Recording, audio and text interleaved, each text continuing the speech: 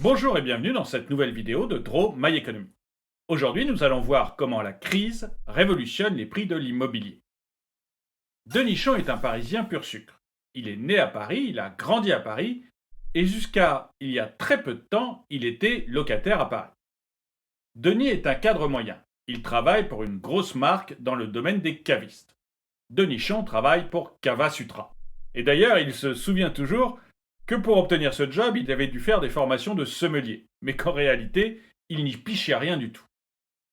Bref, depuis 2019, Denis envisageait d'acheter un appartement. Mais comme nous tous, il a vécu la pandémie et les confinements en 2020 et 2021. Et du coup, il s'est aperçu que de vivre seul dans son appartement de 40 mètres carrés au centre de Paris, ce n'était pas du tout idéal. Il a des envies d'espace vert et des envies de mètres carrés supplémentaires. En fait, Denis ne supporte plus d'être dans un appartement aussi petit, même s'il est au centre de Paris.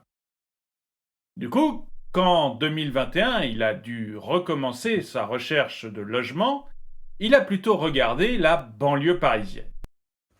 Et si je vous parle de Denis, c'est parce qu'il est très représentatif des Français. En fait, d'après une étude de Century 21, les Français délaissent les centres-villes des très grandes métropoles pour aller plutôt vers les banlieues. Alors ce n'est pas des grandes migrations, ils ne vont pas à la campagne comme on pensait dans un premier temps. Ils font des petits sauts de puce qui leur permettent d'avoir des mètres carrés supplémentaires et, si possible, des espaces verts à proximité. Quand Denis a commencé sa recherche d'un appartement ou d'un petit pavillon en banlieue parisienne, il a été très surpris par deux choses. La première, c'est qu'il s'est aperçu que la plupart de ses collègues, ses copains à peu près du même niveau social que lui, recherchaient aussi en banlieue parisienne. Lui était persuadé qu'ils voulaient tous acheter dans Paris. Mais non, il y a vraiment un départ des classes moyennes de Paris vers la banlieue parisienne. D'ailleurs, en banlieue parisienne, vous avez de moins en moins d'acheteurs qui ont le profil d'Yvan. Yvan Skivol a eu une jeunesse un peu mouvementée. En fait, il volait des voitures. Et d'ailleurs, un jour, il s'est retrouvé en prison pour vol de voiture.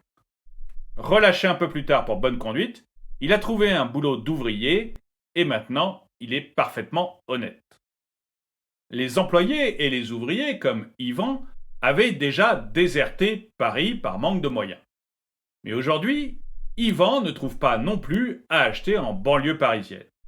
Et il envisage très sérieusement de quitter la région parisienne.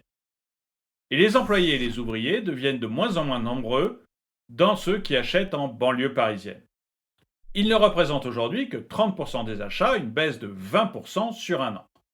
Alors qu'à l'inverse, les cadres moyens, comme Denis, représentent maintenant 42% des transactions en banlieue parisienne. La deuxième chose qui a beaucoup surpris Denis, c'est la hausse des prix en banlieue parisienne sur le premier semestre. Lui qui comptait trouver un appartement ou une petite maison pour pas cher, a vu que les prix avaient augmenté de 9,2% pour les maisons et de 9,8% pour les appartements sur le premier semestre 2021 par rapport au premier semestre 2020.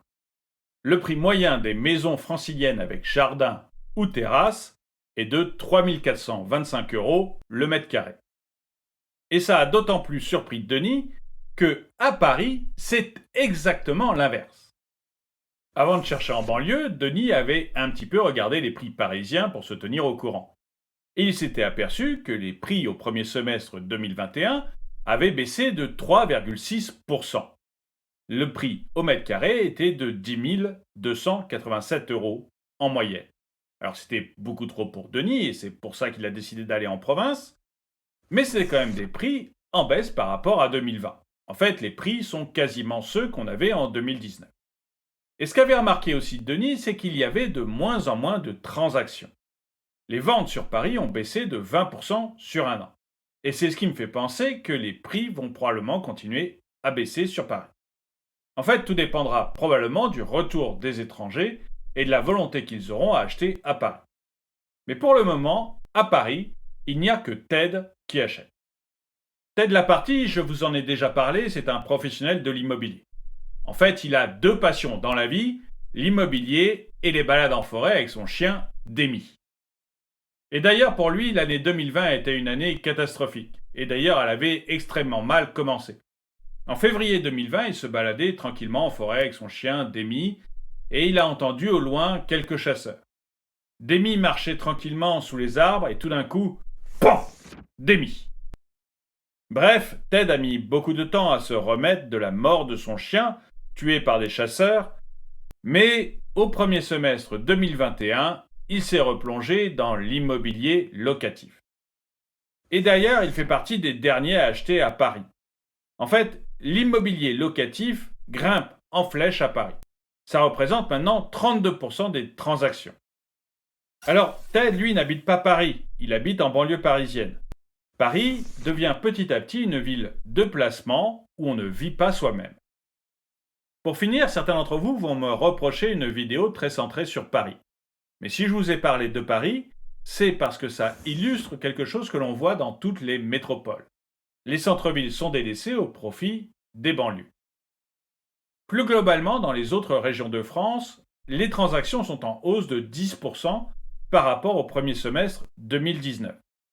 Et il y a des prix qui sont en très nette hausse, notamment en Nouvelle-Aquitaine, qui fait plus 14,8% pour les maisons et plus 20% pour les appartements par rapport au premier semestre 2020.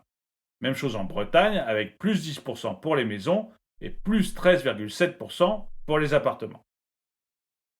En fait, globalement, aujourd'hui, on a un marché de l'immobilier qui a une santé presque insolente. Une santé qui est portée par des taux historiquement bas et par en fait une épargne forcée des Français pendant la période du Covid.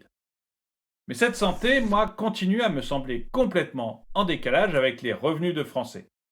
On voit qu'il est de plus en plus difficile pour les classes moyennes d'habiter dans les centres-villes des métropoles. Et du coup, on peut se demander jusqu'où ira cette augmentation des prix. Si les classes moyennes ne peuvent plus acheter dans les centres-villes des métropoles, qui le peut? Et j'aimerais avoir votre avis sur cette question. Pensez-vous que les prix de l'immobilier vont continuer à augmenter? Ou croyez-vous, comme moi, qu'on est sur un plafond qui va s'éroder petit à petit et qui risque après de chuter brutalement? Dites-le moi dans les commentaires. Et le dicton du jour, un dicton de chasseur. Il ne faut pas vendre la peau de l'ours avant qu'il soit réintroduit. Merci d'avoir regardé cette vidéo, mettez-lui un pouce vers le haut, commentez-la, partagez-la. Merci à tous ceux qui m'aident sur Tipeee ou qui ont souscrit à la chaîne, et je vous dis à très bientôt.